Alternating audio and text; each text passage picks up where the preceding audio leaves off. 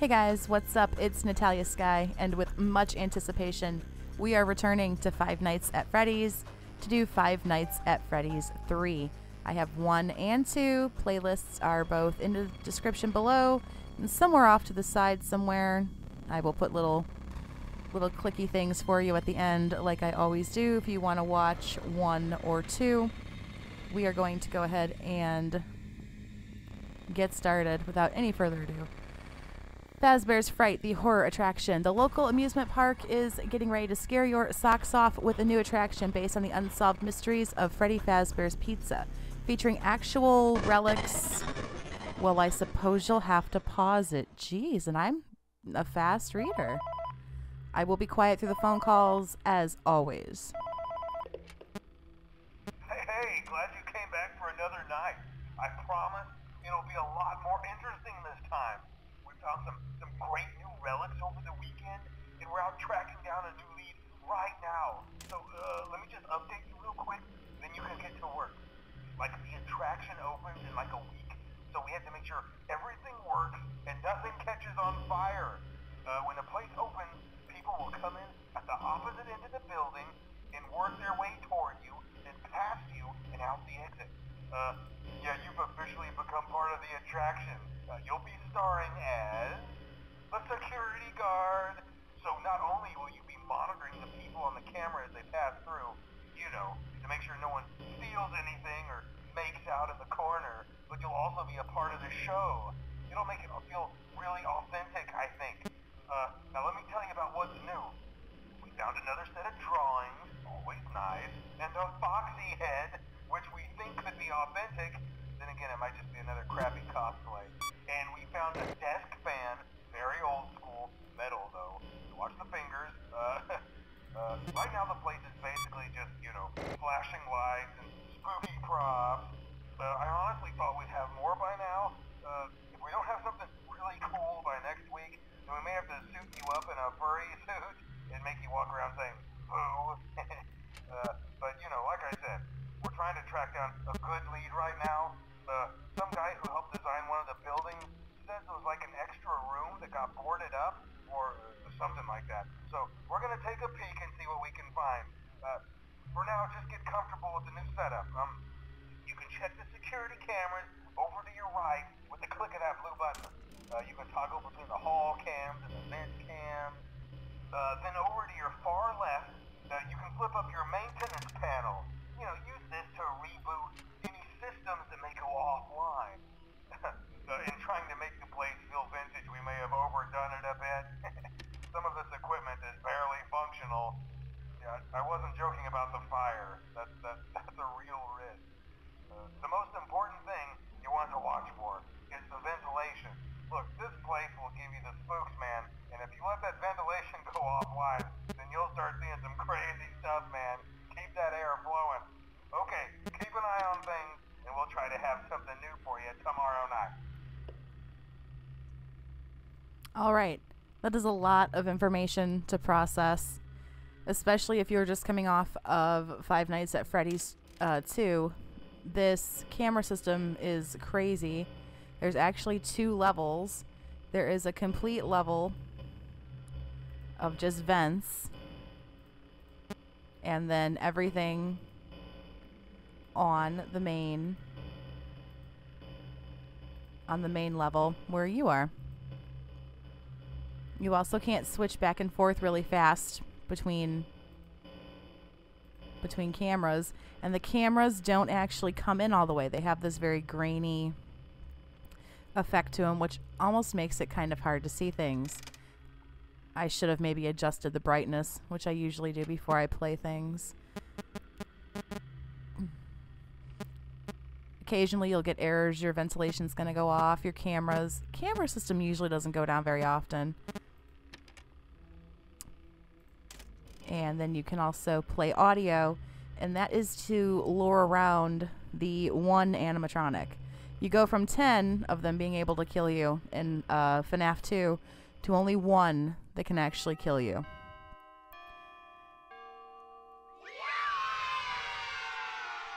And the really funny thing about night 1 in FNAF 3 is there are no animatronics. Nothing kills you. Everybody survives night 1 of FNAF 3.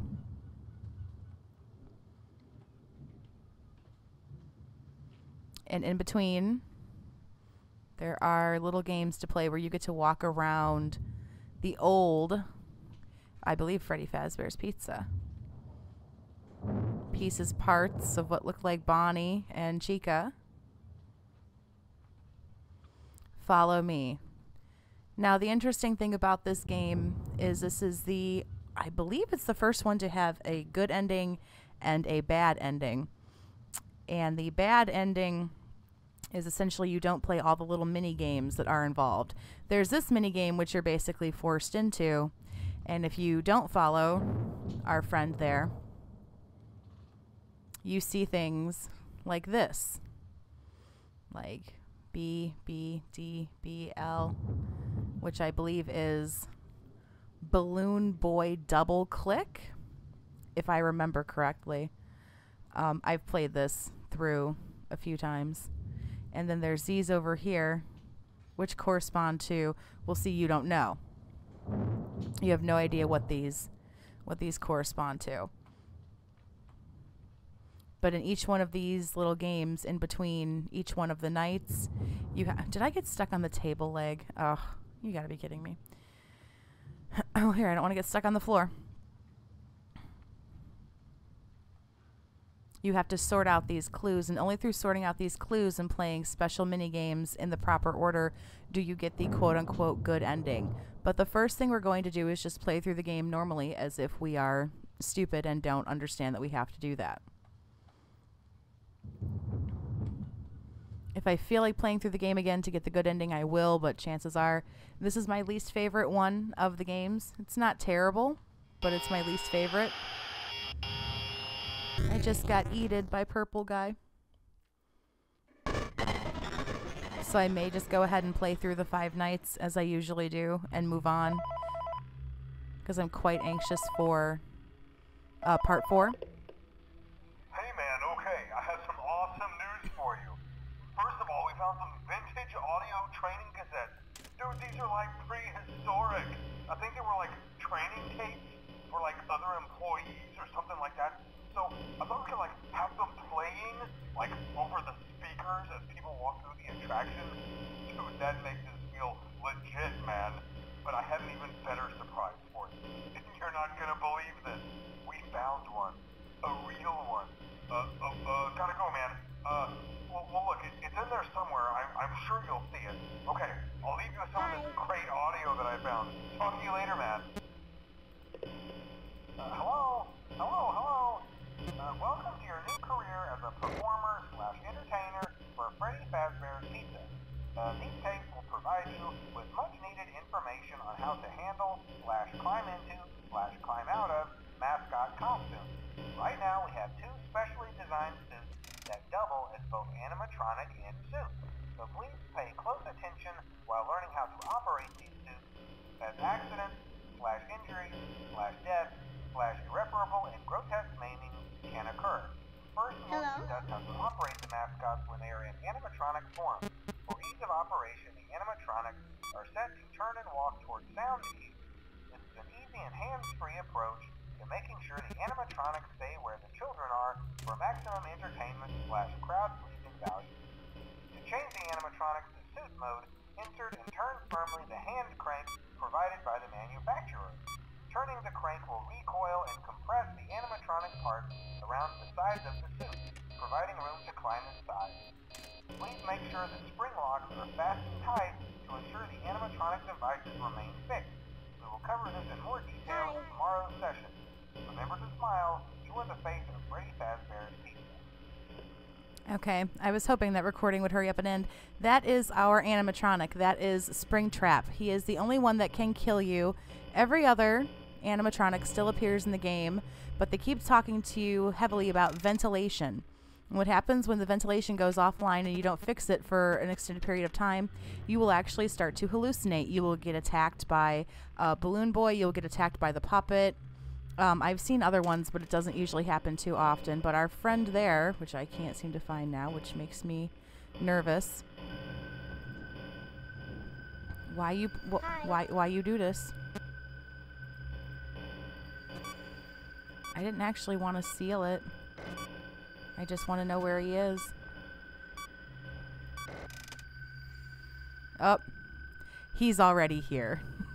So there's Springtrap, and basically if I pan to the right and try to bring up the camera, he will eat my face. If I try to bring up the little orange thing with all my systems in it, he will come in and eat my face. So let's just sit here and wait, and something I'm sure will inevitably just destroy me. There's no way I can sit here for 3 hours. Something's going offline, but I'm not going to check it. Let's just talk to Springtrap. How you doing, buddy? You look like shit. I'm not looking away. Oh, I'm getting... there we go. You hallucinate, you fade out, and he gets you. And like I say, you can see the other ones, and the other ones will jump scare you as well. Balloon Boy and the other ones will pop out and jump scare you, but you stay alive. Only when Springtrap comes out at you is when you actually die and have to start over, which is really quite a weird experience to go from. If you come straight from FNAF 2, where there's the toy animatronics, the toy Bonnie, toy Chica, toy Freddy. There's original Bonnie, Chica, Freddy. There's Foxy, there's Mangle, there's Balloon Boy, there's the puppet. I believe even the cupcake can kill you. There's like 10 or 11. To go from that to just one, it makes it a different experience, but the map system is so much more complicated. It's not that it's necessarily a bad game. None of them are bad games by any stretch of the imagination. It's just very, very different to go from so many to so few. But it's still, I mean, as you can see, I died on night 2. It was not my intention to die. Springtrap is fast.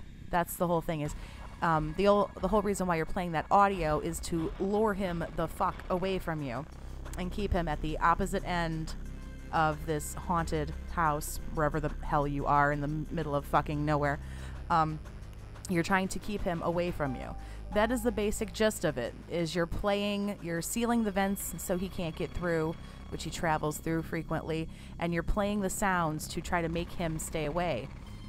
And another thing that messes with you a lot too is when your systems go offline. You saw during the phone call, and I just said that the camera systems rarely go down when I play this game, and it's true. My camera system does rarely go down. You saw my camera system go down. You see my ventilation stuff go down.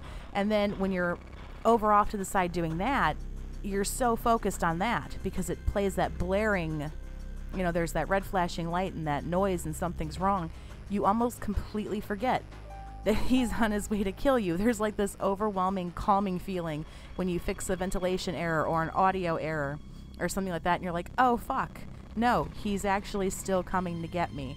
So it scares you in a whole new way. So I'm excited to jump back into the FNAF series. We will get through this. We will get through 4, hopefully. 4 is quite challenging. I've played it. And we will get through the new one that was just released a few months ago, Sister Location. So we will be finishing up those 3 games.